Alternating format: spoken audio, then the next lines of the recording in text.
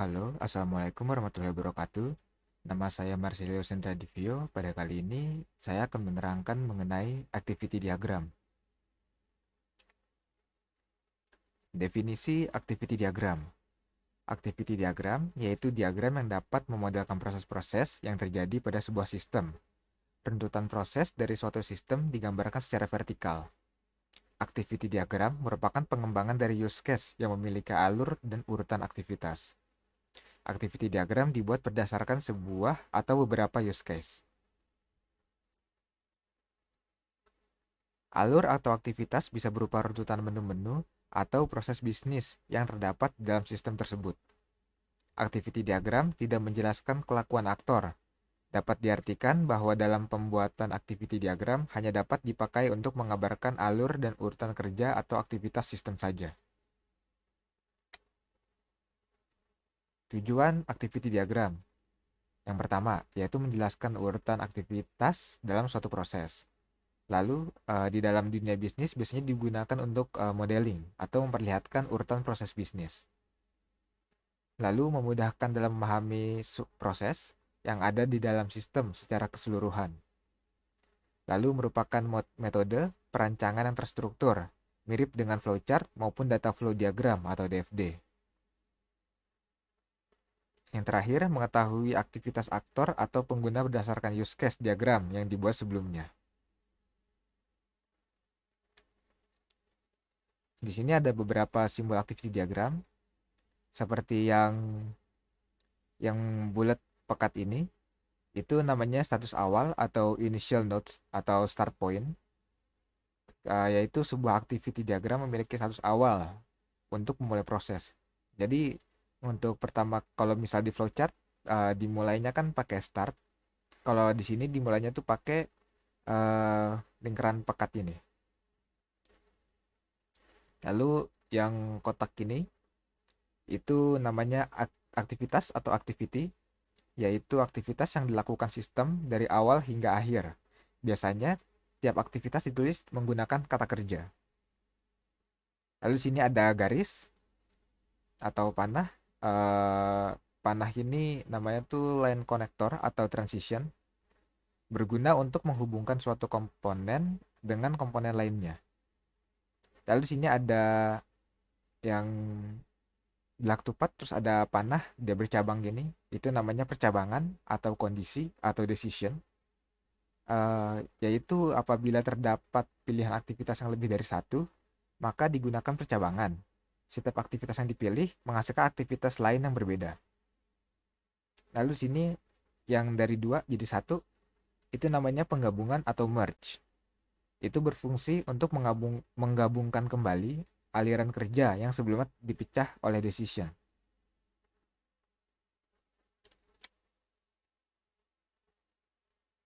Nah, tadi di sini udah. Terus ini ada synchronization, pemecah atau penggabungan lebih dari satu aktivitas yang berbeda.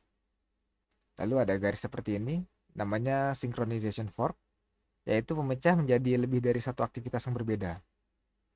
Lalu yang dari dua jadi satu ini namanya synchronization join, yaitu penggabungan lebih dari satu aktivitas yang berbeda menjadi aktivitas baru. Lalu yang ada bulatan pekat tapi ada garis apa? Ada garisnya lagi, ada lingkaran lagi di luar.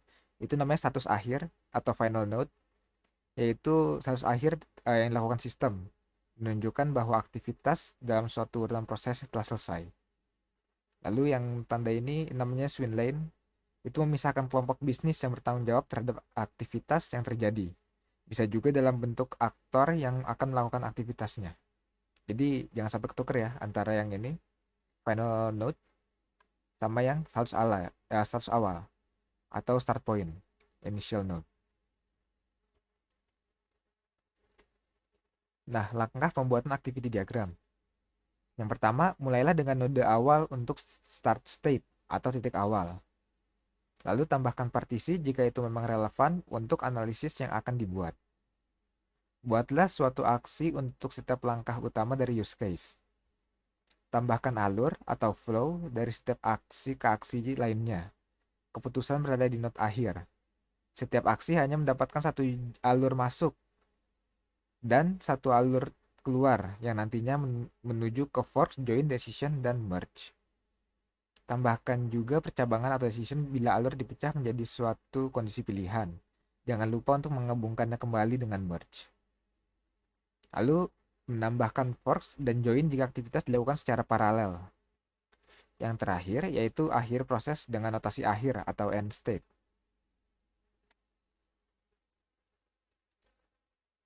Nah, di sini ada salah satu contoh simple activity diagram. Di sini ada HRD atau bagian keuangan atau manajer. Di sini ada sistem.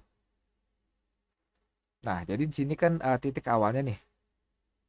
Ya kan? Berarti proses ini nih, proses activity diagram ini itu yang memulai duluan atau yang memulai pertama kali adalah si HRD keuangan atau si manajer ini.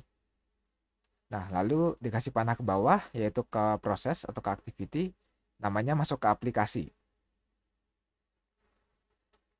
Nah, setelah masuk ke aplikasi nanti ada di sini tampilkan form login. Nah, di sini kan sistem nih. Jadi logikanya itu ketika keuangan masuk ke aplikasi, kan dia kan mulai nih prosesnya nih. Dia mulai, terus ada aktivitas masuk aplikasi. Setelah masuk aplikasi biasanya ditampilkan form login kan. Nah, yang menampilkan form login ini sih sistemnya. Makanya, jadi ketika masuk aplikasi terus ada tampil form loginnya itu ada di bagian sistem. Dan di sini dikasih panah menunjukkan setelah masuk aplikasi kita pasti masuk ke tampilkan form login. Nah, lalu di sini dari sini ke HRD keuangan lagi nih, yaitu masukkan username dan password. Karena yang melakukan proses ini adalah si pengguna, yaitu HRD keuangan atau manajer. Jadinya activity ini berada di bagian si HRD-nya ini, yaitu masukkan username dan password.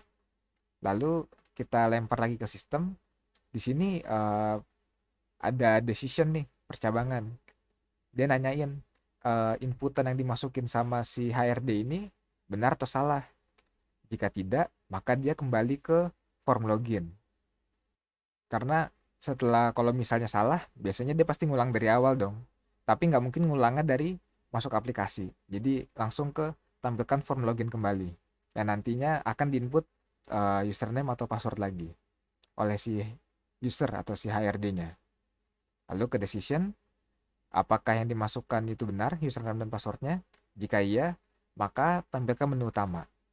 Nah, kan udah selesai nih. Kalau udah tampilkan menu utama nih, berarti diakhiri oleh si EndNote ini. Sebenarnya nggak apa namanya, tidak nggak cuman sampai sini aja. Tergantung kalau misalnya yang disuruh, ini kan cuman login doang nih.